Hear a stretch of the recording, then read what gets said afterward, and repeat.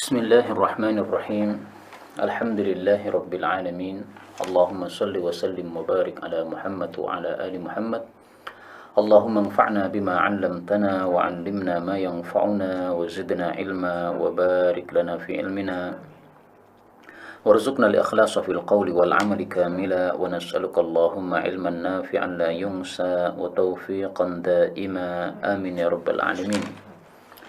Alhamdulillah, ikhwani wa akhwati fillah, rahimani wa rahimakumullah. Sore ini kita masuk tanggal 5 Sya'ban. Maka bagi yang membaca Al-Quran dengan perhitungan tanggal, ini adalah juz kelima kita membaca Mushaful Quran. Bagi yang ingin khatam dalam 1 bulan.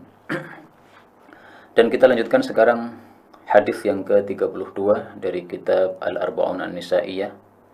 InsyaAllah sore ini kita akan baca hadis 32 sampai 38.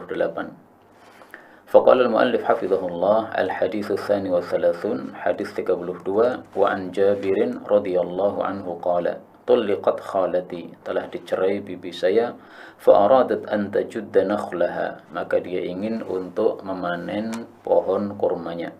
Fa zajaruha rajulun an takhruj, maka dilarang oleh seorang laki-laki bahwa dia keluar. Fa'atatin Nabiya sallallahu alaihi wasallam, maka dia datang kepada Nabi sallallahu alaihi wasallam. Faqala, beliau mengatakan, bal juddi nakhlaki, bahkan silahkan kamu panen pohon-pohon kurmamu. Fa innaki, di situ tertulis fa innaka, salah ya, fa innaki, karena sesungguhnya engkau, asa anta saddaqi, barangkali kamu bisa bersedekah, atau taf'ali ma'rufan, atau kamu bisa berbuat kebaikan. Hadis diriwayatkan oleh Al-Imam Muslim. Hadis ini bicara tentang wanita di dalam masa iddah. Dan masa iddah ada 2 macam. Yang pertama masa iddah karena ditinggal mati oleh suami. Yang kedua adalah masa iddah karena dicerai oleh suami. Nah, yang dibahas dalam hadis ini adalah masa iddah yang dicerai oleh suami. Bolehkah orang yang sedang di masa iddah dia itu keluar dari rumahnya? Maka di sini hadis menunjukkan bahwasanya dia boleh untuk keluar dari rumahnya apabila ada sebab, yaitu hajat untuk keperluan dunia. Juddi nakhlaki, dia boleh untuk memanen pohon-pohon kurma dia. Diizinkan oleh Rasulullah sallallahu alaihi wasallam. Demikian juga wanita yang ditinggal mati oleh suaminya ketika masa iddah, maka dia boleh juga untuk keluar apabila ada hajat, baik itu hajat dunia maupun hajat agama. Hajat dunia seperti yang disebutkan dalam hadis ini, yaitu panen kurma, atau kalau di Indonesia misalnya beli sayuran di pasar atau di warung, ya tidak ada masalah.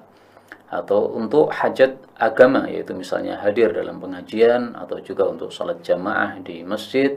Meskipun wanita lebih bagus salat di rumah daripada dia salat di masjid nih, tapi tidak ada masalah karena memang itu termasuk suatu hajat agama yang menghadiri pengajian dan sebagainya. Sebagian orang menganggap bahwa wanita yang sedang masa iddah ditinggal mati suami tidak boleh keluar rumah sama sekali karena memahami salah terhadap hadis Nabi sallallahu alaihi wasallam. Yaitu Rasul sallallahu alaihi wasallam bersabda kepada wanita yang ditinggal mati oleh suaminya, umkuthi fi baitiki, tinggallah kamu wahai orang yang ditinggal mati oleh suami, fi baitiki, di dalam rumahmu, hatta yablughal kitabu ajalah, sampai habisnya masa iddah. Memang ini perintah supaya dia berada di rumah, tapi bukan berarti total tidak boleh keluar sama sekali. Karena itulah para ulama mengatakan diperbolehkan keluar untuk hajat-hajatnya meskipun masih dalam masa iddah, masih dalam masa berkabung ini. Yang penting tidak berdandan, karena orang yang ditinggal mati oleh suaminya dia harus melakukan ihdad, yaitu berkabung selama 4 bulan 10 hari, dan itu adalah definisinya berkabung itu meninggalkan berhias, meninggalkan berdandan. Maka kata-kata umkuthi, tinggallah di rumah, ini bukan berarti sama sekali total tidak boleh keluar rumah ya. Karena kalau dipahami seperti itu nanti kita akan salah juga dalam menafsirkan ayat, yaitu surah Al-Ahzab ayat 33. Waqirna fi buyutikunna wala tabarrajna tabarrujal jahiliyatil ula. Dan menetaplah kamu di rumah. Qirna atau qarna, dua qiraah ya. Waqarna fi buyutikunna, menetaplah di rumah. Apakah berarti tidak boleh keluar sama sekali? Tidak ya. Jadi tetap boleh keluar apabila ada hajat-hajatnya. Karena itu jangan salah paham terhadap masalah ini. Perempuan dalam masa iddah boleh keluar apabila ada hajat yang menyebabkan dia hendak keluar. Adapun untuk rekreasi dan sebagainya itu yang tidak diperbolehkan. Kemudian dari hadis ini kita ambil pelajaran juga bahwasanya Rasul Shallallahu Alaihi Wasallam bersabda, fa innaki asa an tasaddaqi, menunjukkan bahwa orang yang sudah mendapatkan rezeki maka dihasung dia untuk bersedekah. Kamu akan panen pohon kurmamu, kamu bisa bersedekah. Nah, ini secara tidak langsung Nabi menyuruh dia sedekahlah. Ya, meskipun kalimatnya tidak secara langsung menyuruh, tapi ini satu isyarat dari Nabi SAW. Kalau dapat rezeki, maka jangan dihabiskan semuanya, sebagiannya untuk disedekahkan kepada mereka yang membutuhkan. Hadis berikutnya, hadis 33, al-haditsu tsalits wa tsalasun an Fatimah binti Qais radhiyallahu anha 'anil Nabi sallallahu alaihi wasallam fil mutallaqati, tentang wanita yang dicerai salasan, sudah yang ketiga. Dicerai 3 kali maksudnya sudah yang ketiga kalinya. Maka laisa laha sukna, perempuan ini tidak mendapatkan tempat tinggal pada rumah suaminya, wala nafaqatun, tidak pula mendapatkan nafkah dari suaminya. Hadis riwayat Imam Muslim. Hadis ini menunjukkan bahwa wanita yang sudah dicerai sampai 3 kali, maka dia sudah tidak berhak mendapatkan tempat tinggal maupun nafkah dari mantan suaminya. Meskipun masih dalam masa iddah, ya tidak berhak mendapatkan apa-apa. Kenapa? Karena cerainya sudah bain, yaitu sudah putus. Nah, perlu diketahui bahwa cerai itu ada 2 macam. Ada cerai yang raj'i, ada cerai yang bain. Raj'i itu maksudnya masih bisa rujuk kepada istri tanpa ada akad nikah baru lagi. Cukup mengucapkan dengan kata-kata, saya rujuk pada kamu. Nah, maka ini namanya talak raj'i. Kemudian talak bain adalah talak yang sudah putus.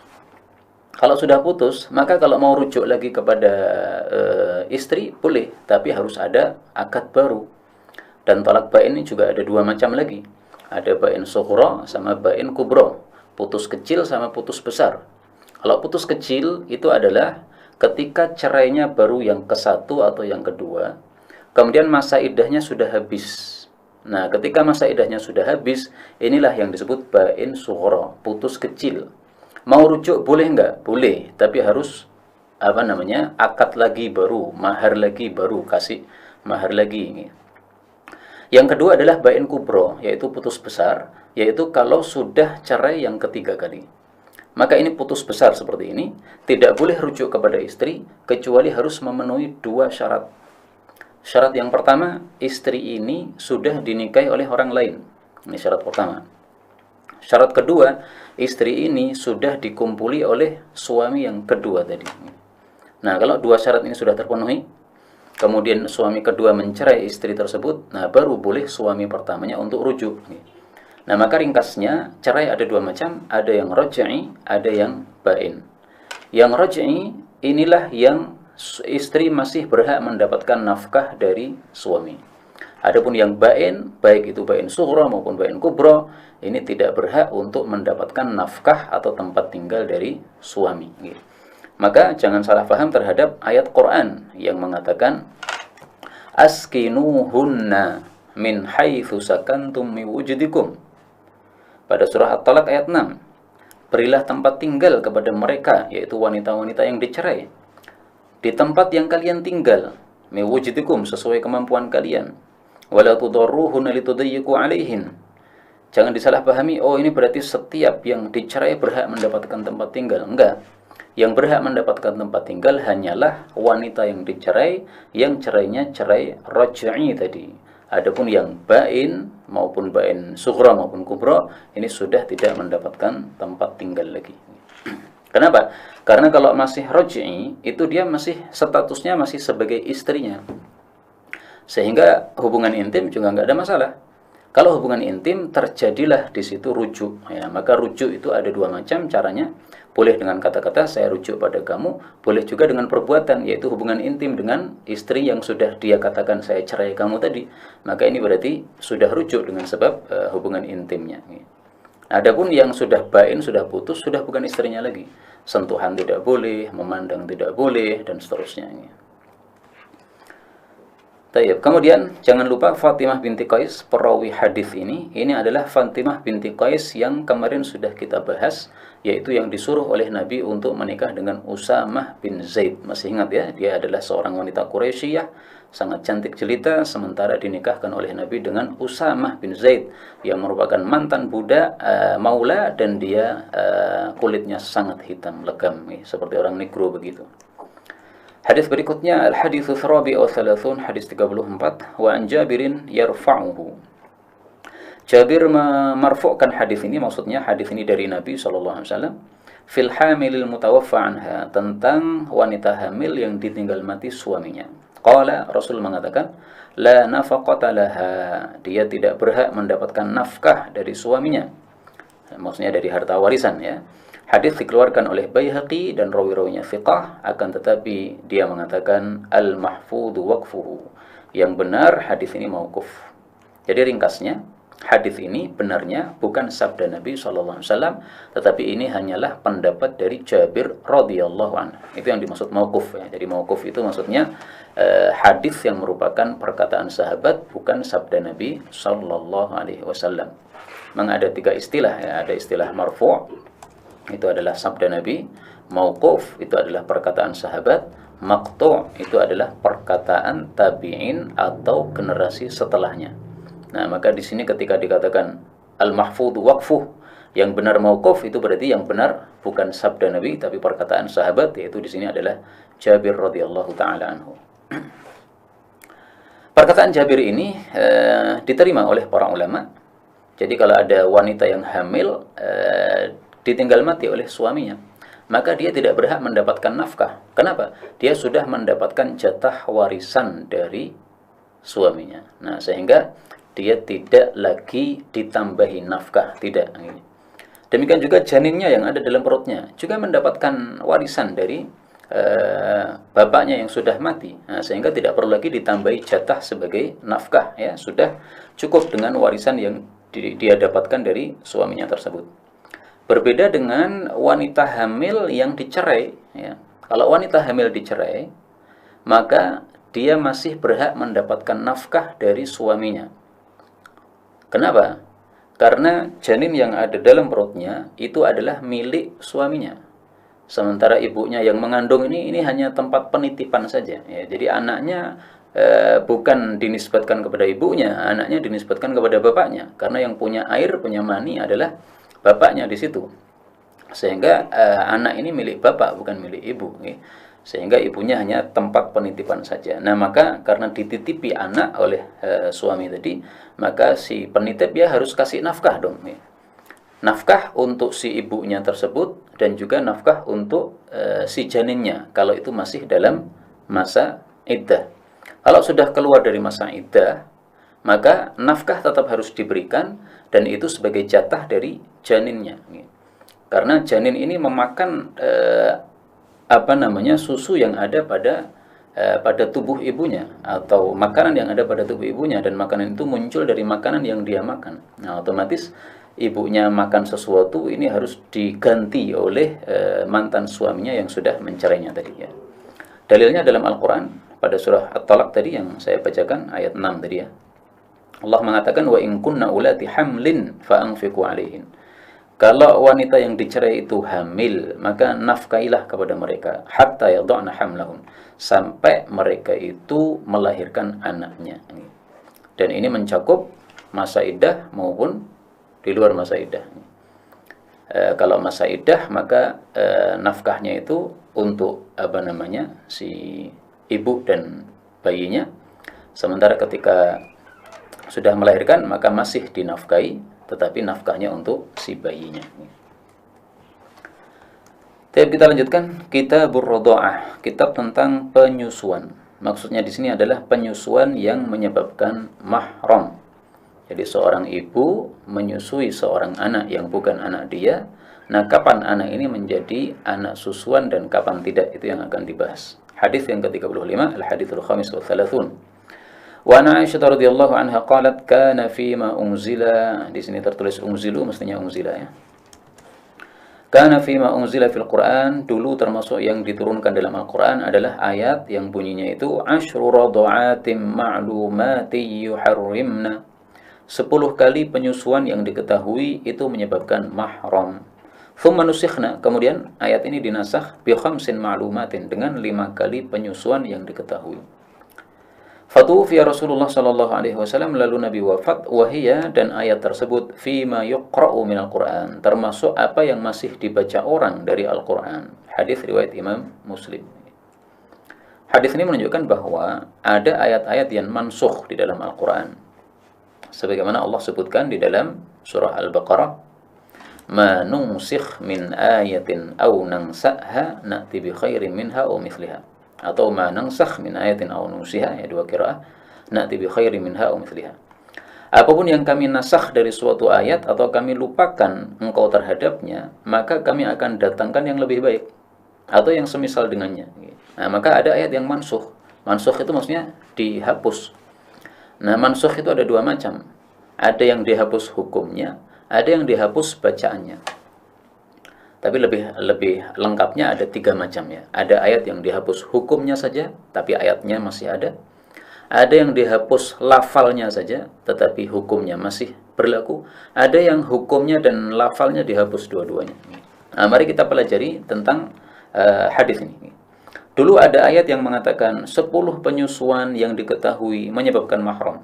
Ayat ini termasuk mansukh yang sudah dinasakh ayatnya atau lafalnya plus hukumnya. Dihapus dengan apa? Dengan ayat yang lain, yaitu bi khamsin ma'lumatin. 5 penyusuan yang diketahui itu menyebabkan mahram. Nah, ayat ini juga sudah mansukh, tapi hanya mansukh bacaannya saja.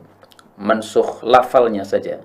Sehingga dari Al-Fatihah sampai An-Nas kita cari ayatnya nggak ada. Tapi hukumnya masih berlaku. Karena itulah di sini Aisyah mengatakan Rasulullah wafat, ayat yang menasakh tadi, ayat yang mengatakan 5 kali penyusuan tadi, itu masih dibaca orang dari Al-Quran. Maksudnya dibaca oleh mereka-mereka yang tidak tahu bahwasanya ayat itu sudah dihapus lafalnya oleh Allah Subhanahu wa taala. Mereka masih baca karena dikira ayatnya belum dihapus, lafalnya belum dihapus. Padahal yang benar adalah bahwa lafalnya sudah dihapus, sudah tidak ada dalam Mushaful Quran yang kita dapatkan 30 juz ini, tapi hukumnya masih berlaku. Jadi ringkasnya, bahwasanya penyusuan yang menyebabkan mahram itu adalah kalau penyusuannya khamsin, 5 kali. Yang dimaksud 5 kali adalah 5 kali makan. Seperti kalau kita makan sehari kan 3 kali kan, pagi, siang, sore. Nah, maka 1 hari bagi orang dewasa makannya 3 kali. Kalau ini bayi dihitungnya adalah per makan. Dan biasanya kan setiap 2 jam bayi itu minta susu lagi. Nanti 2 jam lagi minta lagi susu ibunya, begitu. Nah, maka 1 hari itu bisa 5 kali susuan. Karena kalau setiap 2 jam minta susu, maka 5 kali susuan dalam 1 hari sangat-sangat memungkinkan. Dan itu harus maklumat, harus diketahui.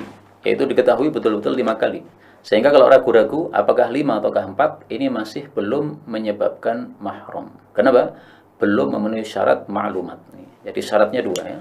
Syarat pertama harus 5 kali. Kalau kurang dari 5 kali, maka belum menyebabkan mahram. Syarat yang kedua harus diketahui, tidak diragukan. Kalau diragukan tidak menyebabkan mahram. Termasuk misalnya contohnya ada seorang wanita yang mungkin akalnya agak bermasalah. Dia mengatakan saya sudah menyusui kamu 5 kali. Nah, ini diragukan. Kenapa? Yang ngomong orangnya nggak jelas. Benar nggak ucapannya seperti ini ya? Karena dia dikenal misalnya akalnya ada kurang beres sedikit, nah, sehingga ucapannya masih meragukan, ini tidak bisa menyebabkan mahram. Tapi kemudian kita lanjutkan hadis berikutnya, hadis 36, al-haditsus sadis wa thalathun. An Aisyah radhiyallahu anha qalat ja'at Sahlatu bintu Suhailin faqalat ya Rasulullah. Datang Sahlah bintu Suhail kemudian berkata, wahai Rasulullah, inna Saliman maula Abi Hudzaifah ma'ana fi baitina. Sesungguhnya Salim bekas budaknya Abi Hudzaifah itu bersama kami di rumah kita, di rumah kami. Jadi maksudnya ini anak angkat.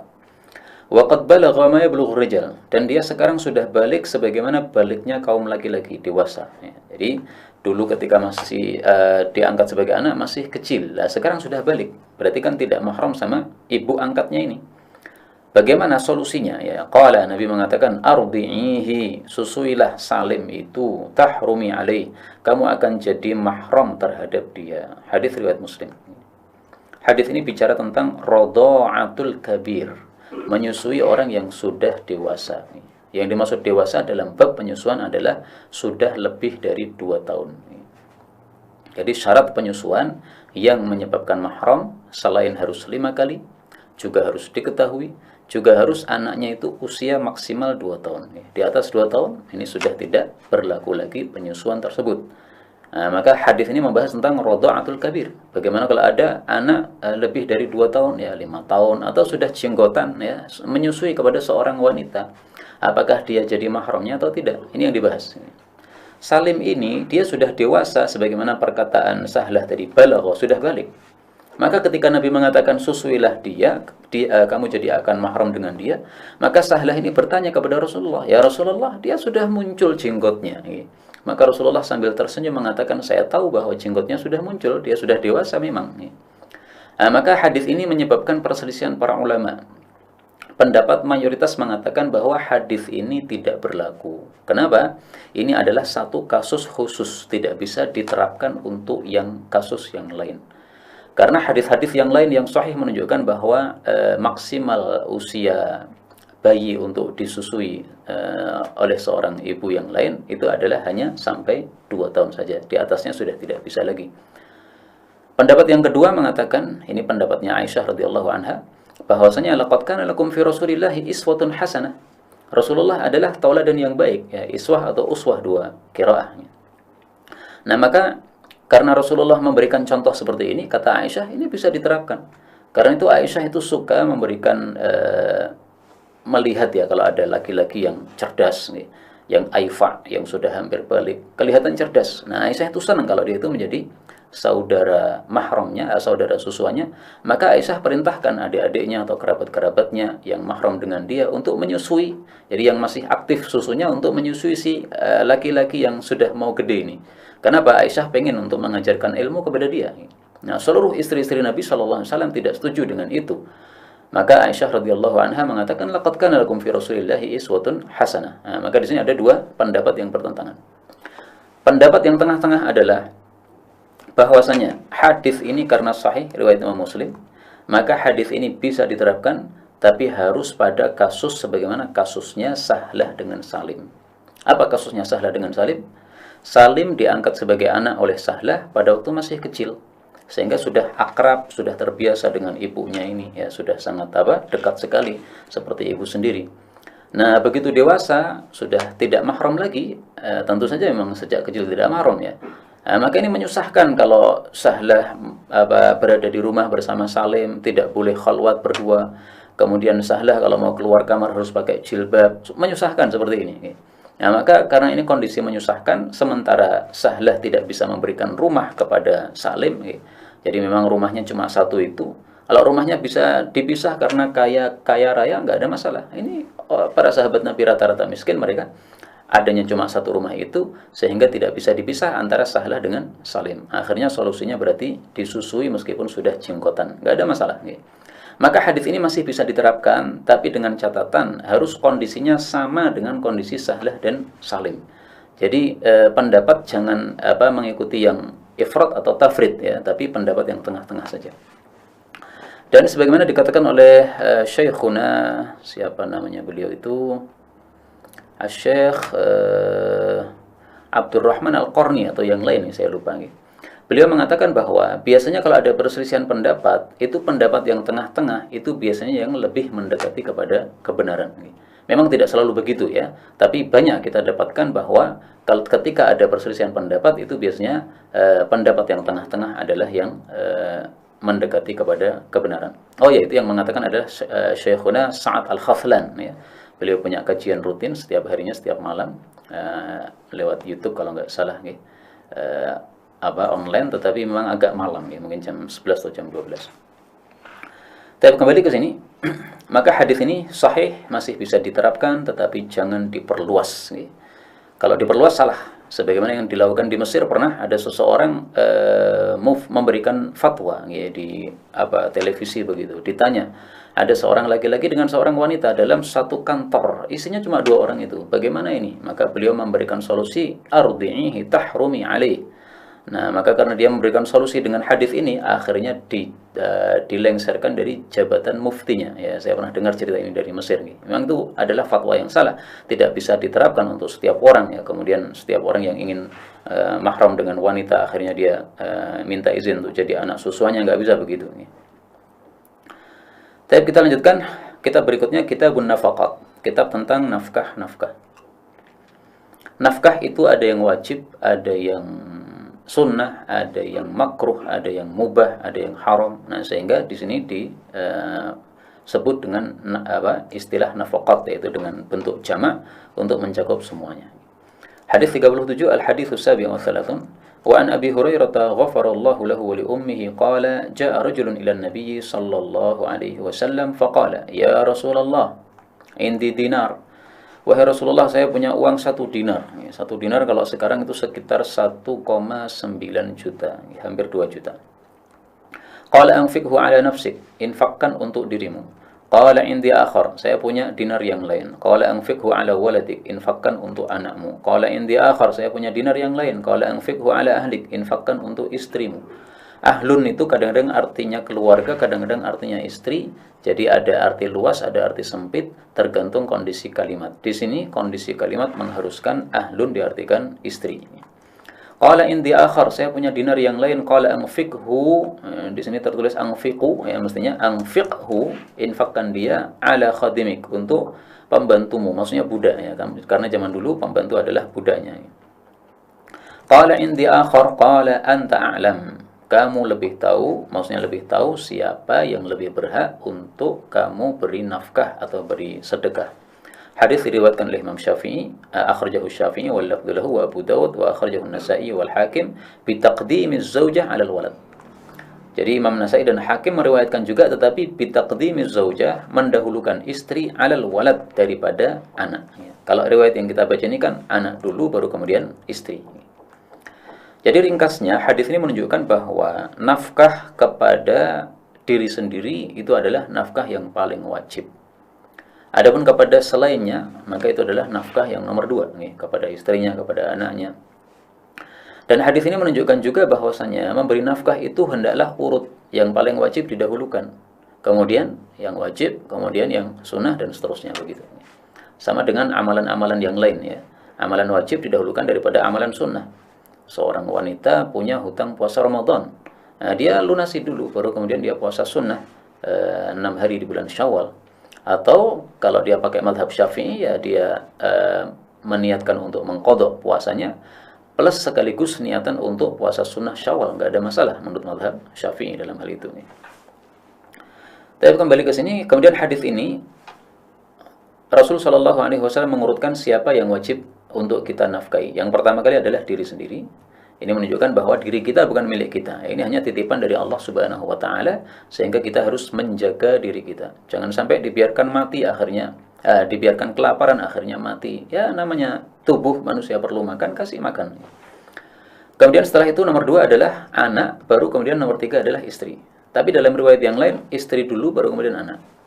Padahal dua-duanya riwayat yang sahih. Bagaimana cara pengkompromian? Nah, ada kaidah di sini ya.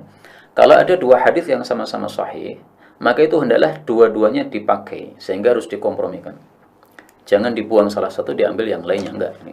Istilahnya jamak, yaitu apa? Mengkompromikan 2 dalil. Nah, komprominya di sini adalah bahwa istri dan anak itu 1 derajat. Maka nomor 1 adalah diri sendiri, nomor 2 istri dan anak, atau ditulis anak dan istri sama aja. Pokoknya itu adalah 1 derajat. Baru kemudian pembantu, yaitu budak, kemudian yang lain-lain. Dari hadis ini juga kita ambil pelajaran bahwa anak istri itu adalah wajib dinafkahi oleh suami. Demikian juga budak wajib dinafkahi oleh majikannya. Adapun yang lain-lain selain 3 ini, maka itu tergantung kondisi. Misalnya, apakah seorang anak wajib menafkahi orang tuanya? Tergantung kondisi orang tuanya. Kalau orang tuanya kaya raya, ya anak tidak ada yang wajib untuk menafkahi mereka. Tapi orang tuanya miskin, sementara anaknya mampu. Nah, di sini wajib anak untuk menafkahi kepada bapaknya. Ya, sebagaimana dulu ketika dia masih kecil dinafkahi oleh bapaknya, hendaklah sekarang dia balas budi kepada bapaknya. Kita lanjutkan hadis 38, al-hadits ats-tsamin wa tsalatsun wa an Abi Hurairah radhiyallahu lahu wa li ummihi qala Rasulullah sallallahu alaihi wasallam al-yadi, ini maksudnya al-yadu. Al-yadul ulya, tangan yang di atas, khairun, lebih baik, minal yadis sufla, daripada tangan yang di bawah. Wa yabda'u, dan memulai, ahadukum, salah satu kalian, biman ya'ul, dengan orang yang dia itu menanggung nafkahnya. Taqulul mar'ah, ini perkataan Abu Hurairah sekarang ya. Sabda Nabi sudah selesai di situ, sehingga yang saya cetak tebal sampai di sini aja nih.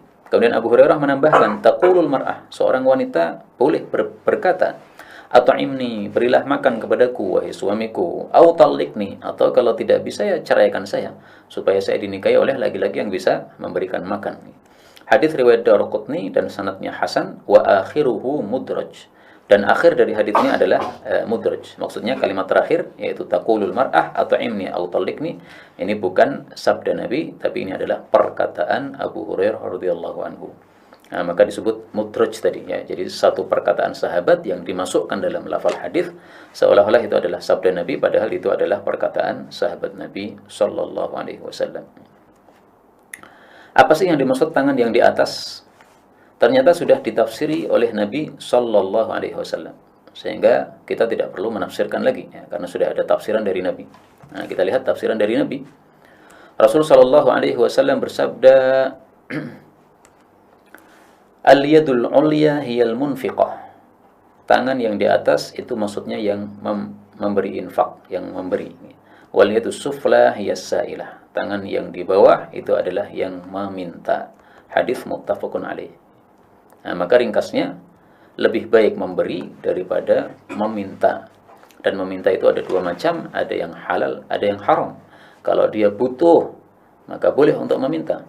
Tapi kalau dia tidak butuh, tapi hanya untuk memperbanyak kekayaan, maka dia minta-minta, itu adalah sesuatu yang haram, menyebabkan nanti mencakar wajahnya sendiri di akhirat, sehingga wajahnya sudah tidak ada lagi dagingnya.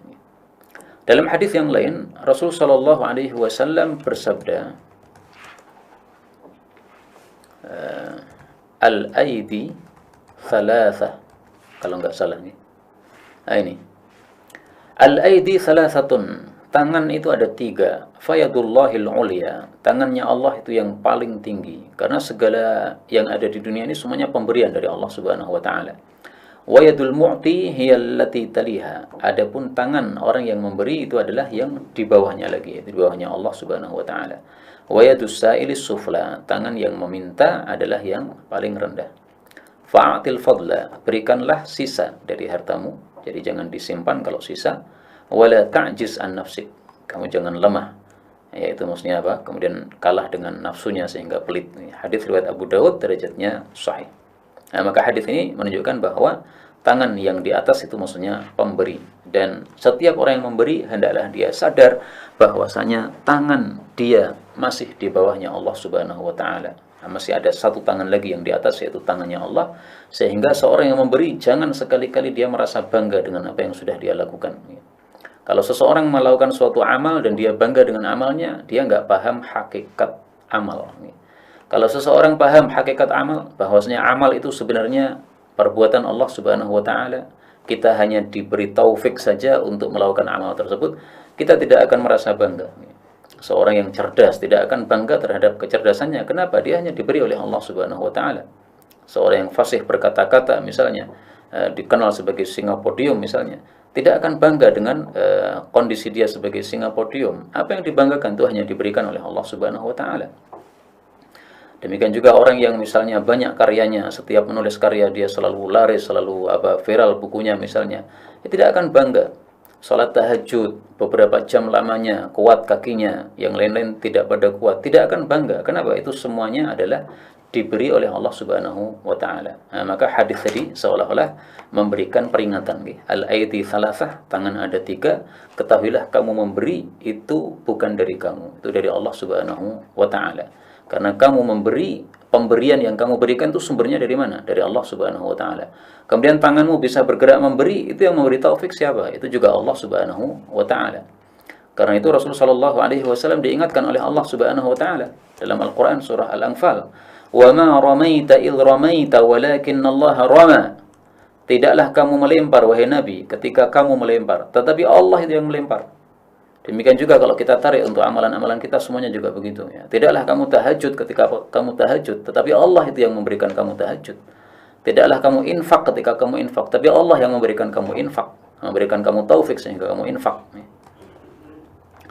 Kemudian dalam hadis ini Rasulullah Shallallahu alaihi wasallam menyuruhkan supaya seseorang kalau infak itu dimulai orang-orang yang dia tanggung.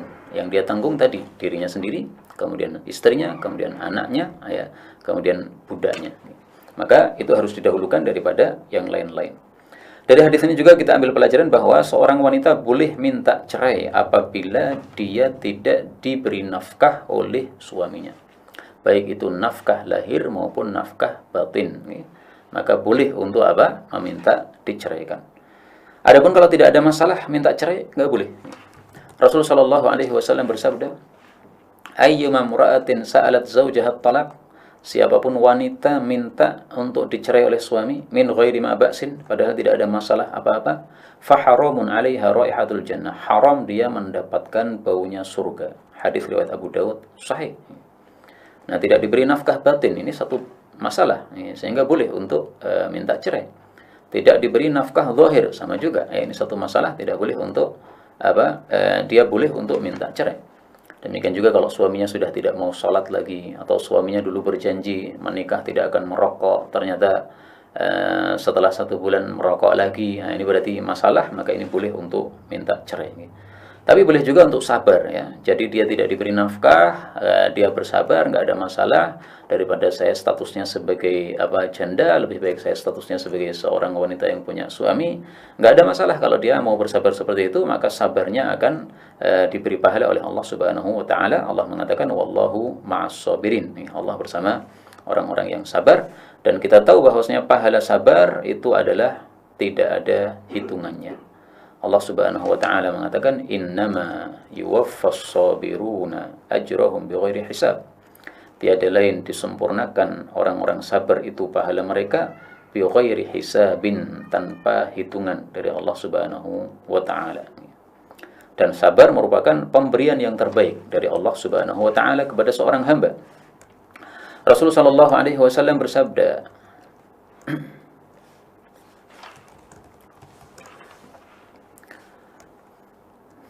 "Ma ruziqa 'abdun," tidaklah seorang hamba diberi rizki khairal lahu, sesuatu yang lebih baik bagi dia, wala ausa', tidak pula yang lebih luas, minas sabr, daripada kesabaran.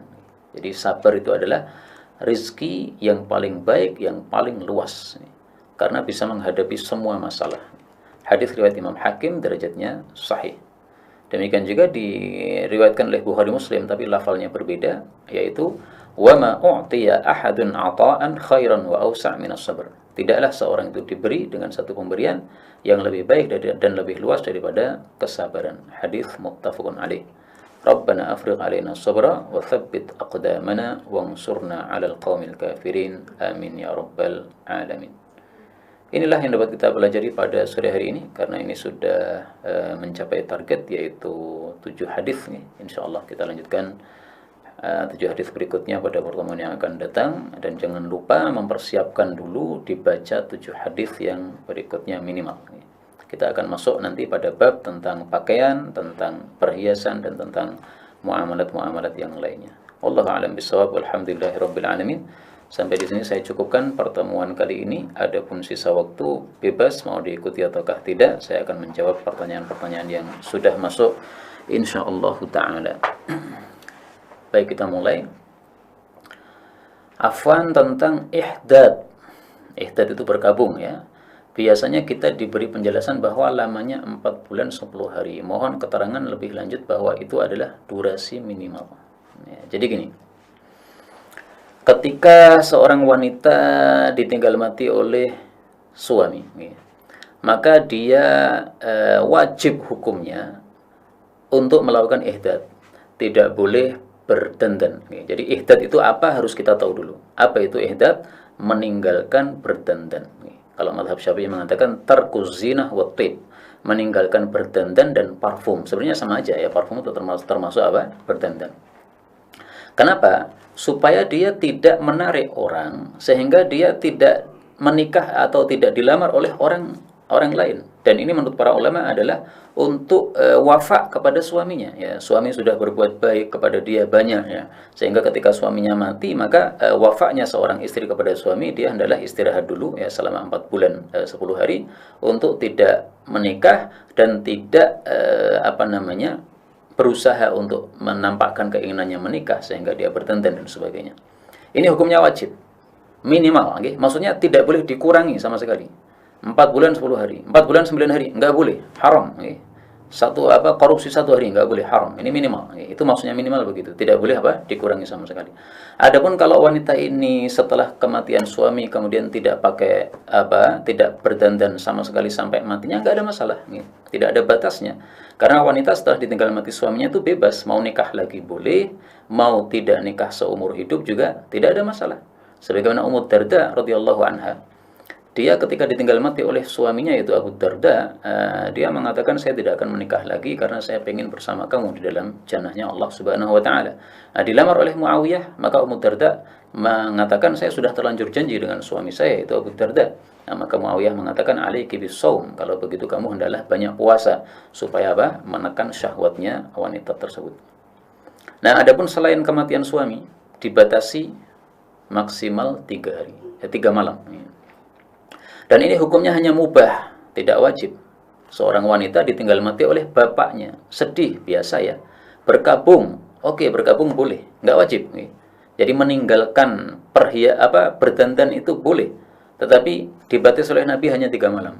Kenapa dibatasi oleh Nabi hanya 3 malam? Ya dia kan punya suami. Kalau dia tidak berdandan terus sampai matinya, ini berarti mendolimi suami. Maka dari sini kita ambil pelajaran juga bahwa sebenarnya dari situ diambil satu pelajaran bahwa seorang istri hendaklah berdandan kepada suaminya sehingga suaminya tertarik kepadanya. Ya, ini kewajiban seorang istri untuk menampakkan keindahan kepada suaminya ya, sebagaimana sabda Nabi sallallahu alaihi wasallam, inna dhara ilaiha sarrathu, kalau suaminya melihat kepada istrinya ini menyenangkan ya, maka ini menunjukkan dia dituntut untuk berdandan kepada suaminya. Demikian juga para suami juga hendaklah berdandan kepada istrinya ya, sebagaimana dia senang bahwa istrinya berdandan untuk dia, maka hendaklah dia juga berdandan untuk istrinya ya. Jangan dibiarkan rambutnya terlalu panjang sampai seperti sampah terbalik di atas kepala ya, itu kan berarti zalim sama istrinya. Istrinya setiap kali melihat suaminya jadi tidak senang gitu nih. Tapi berikutnya bagaimana hukum jual beli melalui e-commerce dengan menggunakan e-wallet dan e-wallet atau apa itu bacanya, dan mendapat kelebihan misal gratis ongkir jika membayar dengan e-wallet, sedangkan jika transfer langsung nggak dapat free ongkir. Ini masalah kontemporer Masalah kontemporer, kita lihat fatwa ulama kontemporer. Ternyata mereka berselisih pendapat. Dan berselisih pendapat itu sangat wajar karena al-hukmu 'ala syai' far'un an tasawwuri. Jadi menghukumi sesuatu itu adalah salah satu cabang dari penggambaran dia terhadap apa yang dia hukumi.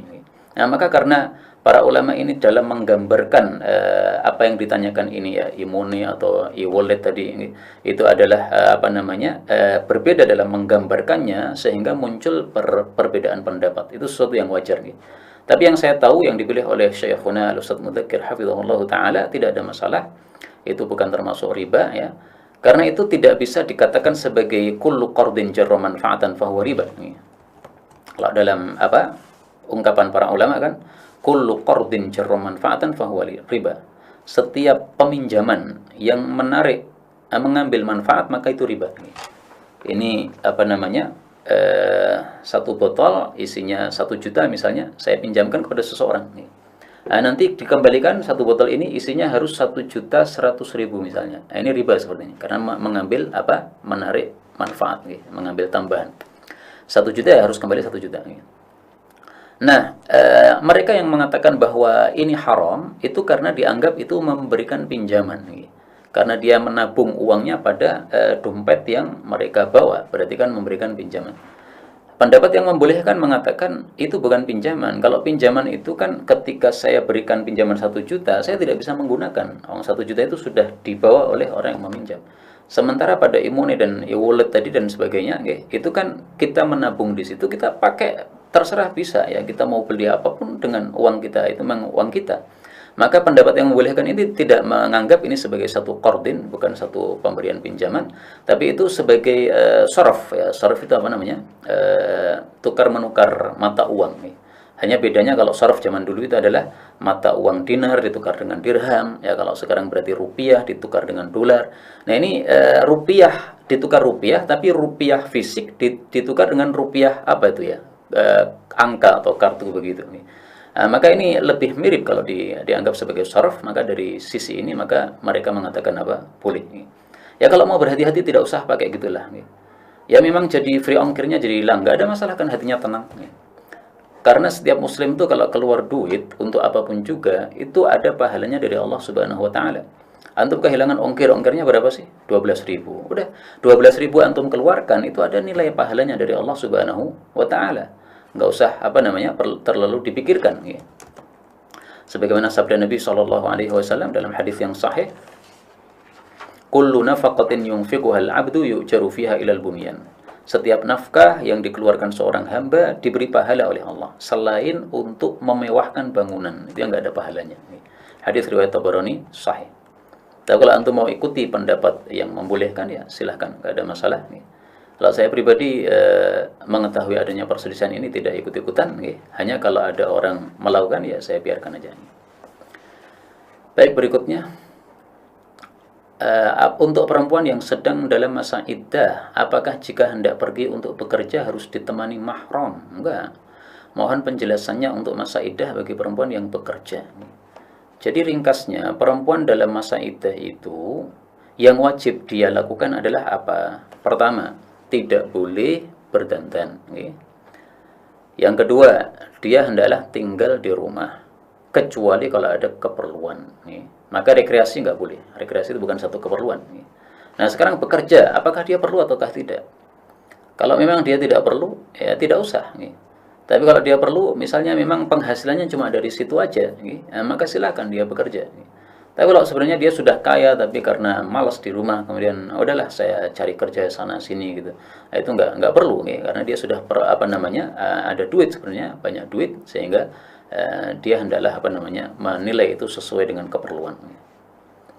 Apabila dalam masa iddah ada tetangga minta tolong untuk jadi penerima tamu dan pengirim manten dalam resepsi pernikahan, bolehkah meskipun tidak berdandan? Yang zahir bagi saya ini termasuk suatu keperluan karena dia diperlukan bantuannya ya. Mungkin tetangganya ini tahu bahwa dia orang yang pintar dalam menerima tamu, dan tentu saja yang diterimakan tamu perempuan ya, bukan tamu laki-laki. Maka dalam hal ini wallahu a'lam bishawab, menurut saya ini termasuk hajat sebagaimana yang disebutkan oleh para ulama. Saya ingat Syekhuna Mustafa Al-Adawi ya, ulama Mesir yang terkenal itu, beliau ditanya, seorang yang ditinggal mati suaminya, dia masih masa iddah, bolehkah keluar rumah untuk ziarah kubur suaminya? Maka beliau mengatakan, alladzi arahu la ba'sa bih. Yang saya berpendapat dengannya adalah tidak mengapa. Kenapa? Dia perlu kepada hal itu. Jadi mungkin dia untuk meringankan ya susahnya, karena melihat ada orang-orang yang ada kerabatnya yang akan ziarah kuburnya, dia mau ikutan, saya ikutan boleh enggak gitu. Menurut beliau adalah tidak ada masalah. Tentu saja dengan memenuhi syarat tadi ya, tidak meratap, tidak berdandan dan sebagainya. Saat masuk waktu salat duhur terlihat ada segurat darah, tapi pada saat masuk waktu asar tidak ada lagi darah. Bagaimana hukumnya? Apakah tak wajib salat ataukah tidak? Haruskah mengqadha salat yang ditinggalkan karena tidak tahu itu bukan darah haid? Ya kalau antum tahu bahwa itu bukan darah haid, berarti tadi sholat yang antum tinggalkan adalah wajib untuk diqadha. Antum mengira itu darah haid, kemudian tidak tidak sholat kan? Nah nanti ketika sudah tahu bahwa ternyata itu bukan haid, maka antum harus qadha sholat yang sudah ditinggalkan. Jadi hukum mengqadha sholat yang ditinggalkan adalah sesuai dengan sholatnya tadi. Kalau sholatnya wajib, maka mengqadhanya wajib. Kalau sholatnya sunnah, maka mengkodoknya juga sunnah. Puasa juga begitu ya. Puasa yang wajib, kodoknya adalah wajib. Puasa sunnah, kodoknya adalah sunnah. Yang zahir bagi saya itu bukan haid. Karena haid tidak seperti itu. Kan sebaik-baik sholat adalah khairu masajidin nisa fil bait. Apakah ini juga berlaku di Masjidil Haram? Saya kasih kaidah ya. Kaidahnya mengatakan bahwa setiap dalil umum itu harus dipahami umum, jangan dikhusus-khususkan kecuali ada dalil. Nah, apakah kita temukan dalil bahwasanya sebaik-baik masjid perempuan di rumah kecuali Masjidil Haram? Apakah kita temukan dalil seperti itu? Kalau tidak kita temukan, ya tidak boleh kita mengkhususkan kecuali Masjidil Haram, sama aja. Gitu. Tapi tenang saja, orang Indonesia nggak punya rumah di Saudi. Gitu. Sehingga kalau kita misalnya pergi umrah, ya silahkan salat ke Masjidil Haram, ya, bukan salat di hotel. Hotel bukan rumah antum. Apakah wanita yang mengikuti salat Jumat harus salat zuhur lagi atau tidak? Enggak. Ya. Sepakat para ulama bahwa orang yang tidak wajib Jumatan, kalau dia hadir Jumatan, maka sah salatnya. Jadi orang sakit nekat Jumatan, sah. Budak diizinkan oleh majikannya untuk Jumatan, sah. Wanita tetap Jumatan, sah. Apakah wanita yang mengikuti salat Jumat harus ini sudah. Jika seseorang mempunyai rumah lebih dari satu dan tidak disewakan tapi dipakai anak-anaknya, apakah rumah yang dipakai anak-anaknya harus dizakati? Enggak ada zakat rumah, enggak ada ya. Jadi hukum asalnya zakat rumah tidak ada. Sehingga kalau ada orang punya 10 rumah misalnya, gitu. Rumah pertama dipakai istri pertama, istri kedua, istri ketiga, istri keempat, kemudian anak pertama, anak kedua, anak ketiga, anak keempat, anak kelima, anak keenam. Ya akhirnya rumahnya 10. Nah, nanti anaknya tambah, anaknya 40, rumahnya 40. Enggak ada masalah. Tidak ada zakat sama sekali di situ. Itu hukum asal dari zakat rumah, enggak ada zakatnya. Kecuali kalau untuk timbunan. Jadi orang terlalu kaya, akhirnya dia melirik apa yang bisa melejitkan kekayaan saya. Kalau zaman dulu kan bisa melejitkan kekayaan untuk emas ya. Nah sekarang ternyata emas itu sudah kalah dengan tanah dan rumah. Maka orang-orang kaya sekarang banyak yang menyimpan kekayaannya berupa rumah, berupa tanah. Nah kalau di sini kena zakat ini wajar. Kenapa? Dia tujuan punya rumah itu adalah untuk menumpuk kekayaan atau untuk melejitkan atau menyimpan kekayaannya. Maka di situ beberapa ulama kontemporer mereka mengatakan di situ ada zakatnya. Ini termasuk yang dipegangi oleh Syekhuna Ustaz Mudzakir. Itu kalau punya 2 rumah, yang dia pakai satu tentu saja namanya istrinya satu aja ya. Maka rumah yang kedua itu ada zakatnya. Adapun yang ditanyakan tadi nggak ada zakatnya. Tentang masa berkabung wanita ditinggal mati suami. Kalau batasan minimal 4 bulan 10 hari, batasan maksimal berapa? Ini tadi sudah ya. Jadi dia tidak berdandan sampai mati, nggak ada masalah. Tidak memakai parfum sampai mati, nggak ada masalah. Karena sudah tidak punya suami, sehingga tidak ada kewajiban berdandan kepada suaminya. Dan dia tidak wajib nikah lagi ya. Terserah dia, mau nikah lagi silahkan, mau tidak nikah lagi silahkan. Afan izin bertanya, jika ada Al-Quran rusak yang tidak lagi layak pakai lembaran, sudah banyak yang hilang ya. Tidak layak pakai, lembarannya sudah banyak yang hilang. Sedangkan disimpan di lemari sudah penuh. Apa boleh dibuang atau dibakar? Jangan dibuang ya. Karena kalau dibuang di kali misalnya nanti ketemu dengan kotoran di kali ya. Kalau dibuang di sampah nanti campur dengan kotoran-kotoran di sampah. Ini enggak sopan ya. Caranya adalah dengan cara dibakar. Ya. Karena kalau sudah dibakar, maka dia sudah tidak jadi Quran lagi. Dia sudah jadi abu. Kalau sudah jadi abu, maka sudah tidak bisa dihukumi itu adalah mushaf Al-Quran. Nah, sehingga dibuang setelah itu nggak ada masalah. Dan itu ada dasarnya, yaitu perbuatan Sayyidina Uthman. Ketika beliau ingin mengumpulkan mushaf Al-Quran dengan satu cetakan atau satu model. Nah, maka semua Quran-Quran yang lain yang ada pada tangan-tangan sahabat dikumpulkan oleh beliau kemudian dibakar. Supaya tidak ada perselisihan pendapat dalam masalah membaca Al-Quran yang diriwayatkan dari Nabi SAW. Kemudian, kapankah seseorang itu boleh menikah lagi ketika sudah mencerai istrinya? Batas minimal harinya apakah ada? Untuk laki-laki nggak ada masa iddah ya. Jadi masa iddah itu hanya perempuan. Jadi seandainya Anda mencerai pagi hari jam 9, jam 10 langsung lamaran, kemudian jam 12 akad nikah, nggak ada masalah ya. Demikian juga tidak ada masa iddah untuk kematian istri. Ya. Istri mati, kemudian besoknya langsung akad nikah, nggak ada masalah. Imam Ahmad melakukannya. Beliau menguburkan jenazah istrinya hari Ahad misalnya, hari Seninnya beliau akad nikah. Maka orang-orang mengatakan, ya Imam, ya, baru saja menguburkan jenazah istri. Maka beliau mengatakan, saya malu berjumpa dengan Allah dalam kondisi jomblo, ya, tidak punya apa, istri. Bagaimana tanda cerai roj'i mulai yang pertama hingga yang ketiga? Apakah dari jumlah ucapan dari suami atau ada yang lain? Gini. Seorang suami ketika mengatakan kepada istrinya, kamu saya cerai, ini jatuh cerai. Setelah jatuh cerai, maka perempuan ini mengalami masa iddah. Selama masa iddah, ini disebut tolak roj'i. Kenapa? Dia masih tolak yang pertama dan masih masa iddah, sehingga masih bisa rujuk kepada istrinya. Rujuknya boleh dengan perkataan, boleh dengan perbuatan, yaitu jima tadi. Kalau sudah selesai masa iddah, ternyata suami tidak mengatakan saya rujuk dan tidak hubungan intim dengan istrinya, maka berarti ini sudah selesai masa iddah, maka ini sudah tolaknya berubah jadi tolak bain. Ya, tolaknya sudah tolak putus, sehingga si istri keluar dari rumah suami, kemudian dia sudah tidak berhak mendapatkan nafkah lagi dari suaminya. Adapun selama masa tolak roj'i, ini istri masih di rumah suaminya, tidak boleh diusir. Kamu sekarang sudah saya cerai, kamu saya usir, nggak bisa. Ya. Dia masih istrinya. Bahkan bagusnya istri ini berdandan yang cantik supaya suaminya tertarik. Akhirnya dia akan hubungan intim. Kalau sudah hubungan intim sudah sah sebagai istrinya lagi, yaitu maksudnya sudah rujuk. Tidak perlu kata-kata. Meskipun di sini ada khilaf, tapi yang dipakai oleh guru-guru kami adalah rujuk itu bisa dengan jima saja tanpa ucapan, sebagaimana dijelaskan oleh guru kami Ustaz Muin rahimahullah taala. Baik, kemudian kalau setelah selesai masa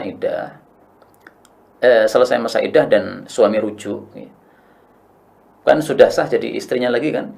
Maka kalau dia mencerai lagi, kamu saya cerai. Jadi setelah 1 tahun misalnya marah lagi, kamu saya cerai. Itu baru terjadi cerai kedua. Maka hukumnya berlaku seperti tadi.